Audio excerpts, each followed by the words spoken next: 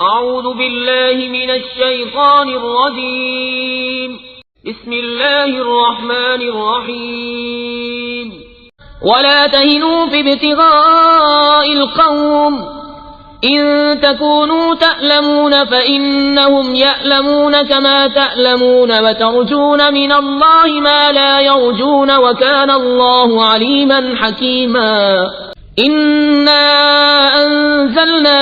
إليك الكتاب بالحق لتحكم بين الناس بما أراك الله ولا تكن للخائنين خصيما واستغفر الله إن الله كان غفورا رحيما۔ اللہ رب العزت ارشاد فرماتا ہے، اور کافروں کی تلاش میں سستی نہ کرو، اگر تمہیں دکھ پہنچتا ہے تو جیسے تمہیں دکھ پہنچتا ہے ویسے ہی انہیں بھی دکھ پہنچتا ہے، یعنی کہ اگر تمہیں کوئی درد تکلیف پہنچی ہے ویسے انہیں بھی تکلیف پہنچی ہے، حالانکہ تم اللہ سے وہ امید رکھتے ہو جو وہ نہیں رکھتے، اور اللہ جاننے والا حکمت والا ہے۔ اصل میں یہ آیت کریمہ کا شان نزول یہ ہے کہ جنگ احد جب ہوئی اس وقت جب مشرکین وہاں سے بھاگے اور اللہ نے مسلمانوں کو فتح نصیب فرمائی، تو وہاں اللہ کے رسول صلی اللہ تعالی علیہ وسلم نے مسلمانوں کو حکم دیا کہ تم لوگ مشرکین کے پیچھے جاؤ۔ تو جب مسلمان مشرکین کے پیچھے جانے کا حکم سنا تو اس میں ان لوگوں میں بعض لوگ زخمی بھی تھے، تو زخمی ہونے کا انہوں نے یہ عذر پیش کیا کہ یا رسول اللہ صلی اللہ تعالی علیہ وسلم ہمیں بہت سے زخمی ہیں۔ تو اس وقت یہ آیت کریمہ نازل ہوئی اور کہا کہ اور کافروں کی تلاش میں، ان کی جستجو میں سستی نہ کرو، اگر تمہیں دکھ پہنچتا ہے تو جیسے تمہیں دکھ پہنچتا ہے ویسے ہی انہیں بھی دکھ پہنچے، یعنی کہ تم میں اگر زخمی ہے تو ویسے ان میں بھی تو زخمی ہوں گے، جیسے تمہیں دکھ پہنچتا ہے ویسے ہی انہیں بھی دکھ پہنچتا ہے، حالانکہ تم اللہ سے وہ امید رکھتے ہو جو وہ نہیں رکھتے، یعنی کہ تمہیں اگر کوئی تکلیف پہنچی ہے، زخمی ہوئے ہو، تو اللہ رب العزت اس کے بدلے میں تمہیں اجر بھی تو عطا فرمائے گا۔ تو جو اللہ سے تمہیں امید ہے ویسی انہیں امید نہیں ہے، اور اللہ جاننے والا حکمت والا ہے۔ دیکھیں آیت کا شان نزول یہ ہے کہ احد کی جنگ سے جب ابو سفیان اور ان کے ساتھی واپس ہوئے تو سرکار دو عالم صلی اللہ علیہ وسلم نے جو صحابہ رضی اللہ تعالی عنہم احد میں حاضر ہوئے تھے انہیں مشرکین کے تعاقب میں جانے کا حکم دیا، یعنی ان کے پیچھے ان کی تلاش میں جانے کا حکم دیا۔ تو صحابہ کرام رضوان اللہ تعالی علیہم اجمعین زخمی تھے، تو انہوں نے اپنے زخموں کی شکایت کی، تو اس پر یہ آیت کریمہ نازل ہوئی اور فرمایا گیا کہ اگر تمہیں تکلیف پہنچی ہے تو انہیں بھی تو تکلیف پہنچی ہے، نیز تمہیں تو تکلیفیں اٹھانے پر اللہ عز و جل ثواب عطا فرمائے گا اور ثواب کی امید ہے، جبکہ کافروں کو ایسی کوئی امید نہیں ہے، تو تم پیچھا کرنے میں سستی نہ کرو۔ آگے آیت میں ارشاد فرمایا، اور اے حبیب بے شک ہم نے تمہاری طرف سچی کتاب اتاری تاکہ تم لوگوں میں اس حق کے ساتھ فیصلہ کرو جو اللہ نے تمہیں دکھایا ہے، اور تم خیانت کرنے والوں کی طرف سے جھگڑا نہ کرنا، اور اللہ کی بارگاہ میں استغفار کریں، بے شک اللہ بخشنے والا مہربان ہے۔ اس آیت کا شان نزول یہ ہے کہ انصار کے قبیلہ بنی ظفر کہ ایک شخص طعمہ بن عبیرق نے اپنے ہمسایہ قتادہ بن نعمان کی زرہ چرا کر آٹے کی بوری میں ایک یہودی کے یہاں چھپا دی، یعنی کہ اس آیت کا شان نزول بتاتے ہوئے کہا کہ انصار کا ایک قبیلہ تھا بنی ظفر، اس قبیلے کا ایک شخص جس کا نام طعمہ بن عبیرق، تو اس نے ایک زرہ اپنے پڑوسی کی جن کا نام تھا قتادہ بن نعمان، تو ان کی زرہ چرا کر طعمہ نے ایک آٹے کی بوری میں چھپا دی، اور وہ آٹے کی بوری جا کر کے ایک یہودی کے یہاں چھپا دی۔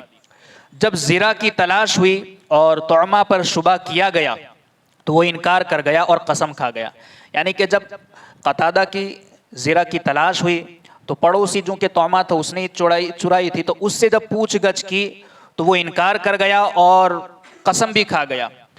بوری پھٹی ہوئی تھی اور آٹا اس میں سے گرتا جاتا تھا، یعنی کہ وہ جو بوری جس میں آٹا تھا اور اس نے زرہ چھپائی تھی وہ پھٹی ہوئی تھی اور اس میں سے آٹا گرتا جاتا تھا. اس کے نشان سے لوگ یہودی کے مکان تک پہنچے اور بوری وہاں پائی گئی. یعنی کہ اس کے گھر سے آٹا گرتا گرتا یہودی کے گھر تک وہ نشانات پائے گئے تو پیچھے تلاش کرتے ہوئے یہودی کے گھر پر وہ بوری مل گئی. یہودی نے کہا کہ طعمہ اس کے پاس رکھ کر گیا ہے، یعنی کہ جس نے رکھا تھا اس کا نام بتا دیا. تو یہودیوں کی ایک جماعت نے اس کی گواہی دی اور طعمہ کی قوم بنی ظفر نے یہ عزم کر لیا کہ یہودی کو چور قرار دیں گے اور اس پر قسم کھا لیں گے. یعنی کہ طعمہ چونکہ مسلمان تھا اور یہودی کے یہاں اس نے یہ زرہ چرا کر آٹے کی بوری میں جا کر کے چھپا دی تھی. جب تلاش ہوئی اور بوری مل گئی تو یہودی نے کہا کہ طعمہ یہاں رکھ کر کے گیا ہے. مگر قبیلہ بنی ظفر یعنی کہ طعمہ کی قوم کے جو لوگ تھے وہ یہ چاہتے تھے کہ ہم یہودی کو چور ثابت کر دیں گے اور ہماری بدنامی ہونے سے بچ جائے گی، ہمارے قبیلے کی بدنامی ہونے سے بچ جائے گی اور اس پر ہم قسم بھی کھا لیں گے. تو گواہی یعنی کہ یہودی کی جو جماعت تھی، یہودی بہت سارے جمع ہو گئے، انہوں نے قسم کھا کر اس بات کی گواہی دی کہ یہ طعمہ رکھ کر کے گیا ہے. مگر بنی ظفر قبیلہ جو تھا انہوں نے یہ عزم کر لیا تھا کہ ہم یہودی کو چور قرار دیں گے،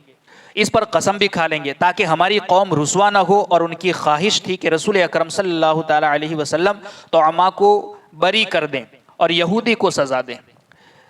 تو اسی لیے انہوں نے سرکار دو عالم صلی اللہ علیہ وسلم کے سامنے طعمہ کے حق میں اور یہودی کے خلاف جھوٹی گواہی دی. تب یہ آیت کریمہ اتری اور بتایا گیا کہ اے حبیب بے شک ہم نے تمہاری طرف سچی کتاب اتاری ہے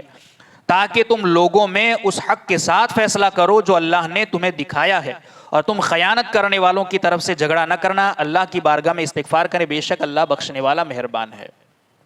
اس آیت میں بظاہر خطاب سرکار دو عالم صلی اللہ علیہ وسلم سے ہے، لیکن در حقیقت قیامت تک آنے والے حکام یعنی کہ فیصلہ کرنے والے لوگوں کو بھی اس میں حکم سنایا جا رہا ہے.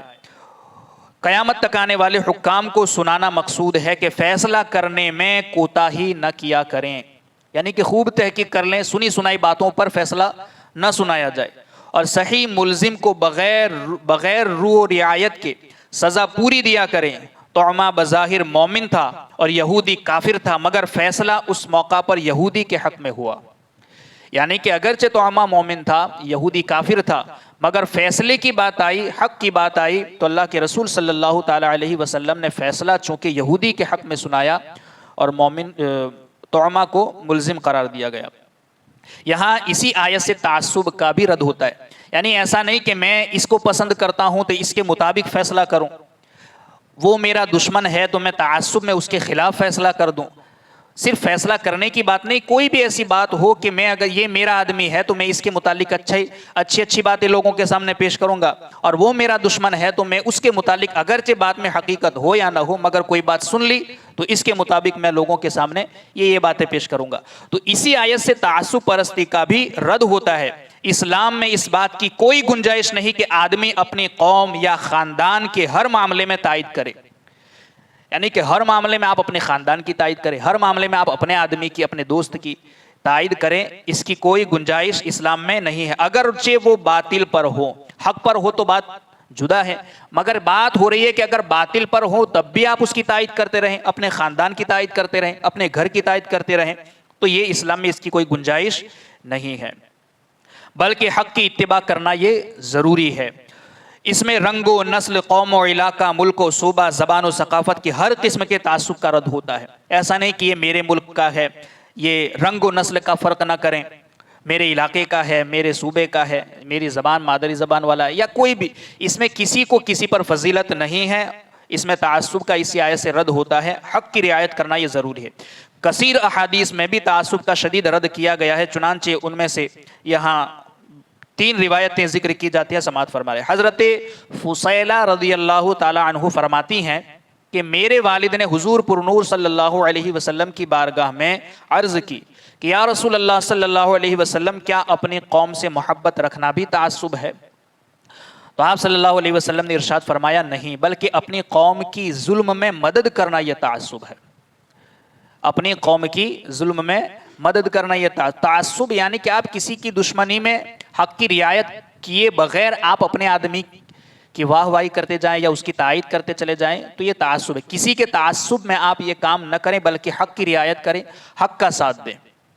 تو اللہ کے رسول کی بارگاہ میں جب عرض کیا گیا کہ کیا اپنی قوم سے محبت رکھنا بھی تعصب ہے, تو سرکار نے فرمایا نہیں, محبت رکھنا تعصب نہیں بلکہ ظلم میں اپنی قوم کی مدد کرنا یہ تعصب ہے. اسی طرح دوسری روایت میں حضرت ابو ہریرہ رضی اللہ تعالیٰ عنہ سے روایت ہے کہ اللہ کے رسول صلی اللہ علیہ وسلم نے ارشاد فرمایا, جو بلا وجہ جنگ کرے یا تعصب کی جانب بلائے یا تعصب کی وجہ سے غصہ کرے تو وہ جاہلیت کی موت مرے گا. بلا وجہ غصہ کرے, بلا وجہ کسی کو تعصب کی جانب بلائے یا تعصب کی وجہ سے غصہ کرے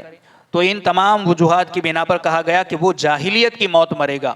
تیسری روایت میں حضرت ابو امامہ رضی اللہ تعالیٰ عنہ سے روایت ہے کہ اللہ کے رسول صلی اللہ علیہ وسلم نے ارشاد فرمایا, قیامت کے دن اللہ تعالیٰ کے نزدیک بدترین شخص وہ ہوگا جس نے کسی کی دنیا کی خاطر اپنی آخرت برباد کر لی ہوگی. یعنی کہ کسی کی دنیا کی خاطر انسان جھوٹی گواہی دے کر یا کسی کی واہ واہ یا کسی کی تائید کر کے جھوٹی گواہی دے کر اپنی آخرت کو برباد کر لے گا. سب سے بدترین قیامت کے دن انسان وہ ہوگا جو اپنی دنیا کی کسی کی دنیا کی خاطر اپنی آخرت کو برباد کر لے گا. تو حق کا ساتھ دینا چاہیے, حق کی رعایت کرنی چاہیے. خاندان, بڑا آدمی, دوست, احباب, یہ نہ دیکھا جائے بلکہ دیکھا جائے کہ حق کدھر ہے, حق کا ساتھ دے کر تعصب, محض تعصب میں آپ آ کر کے فیصلہ نہ کریں, گواہی نہ دیں. اللہ رب العزت کہی سنی باتوں پر ہم سب کو عمل کی توفیق عطا فرمائے. اللہم ربنا نور قلوبنا بالقرآن وزین اخلاقنا بالقرآن ونجنا من النار بالقرآن وادخلنا فی الجنة بالقرآن. اللہم رزقنا تلاوة القرآن, اللہم اہدنا ہدایت القرآن, اللہم ربنا آتنا شفاعت القرآن. وصلی اللہ تعالی علی خیر خلقہ ونور عرشہ محمد وعلی آلہ واصحابہ اجمعین برحمتک یا ارحم الراحمین.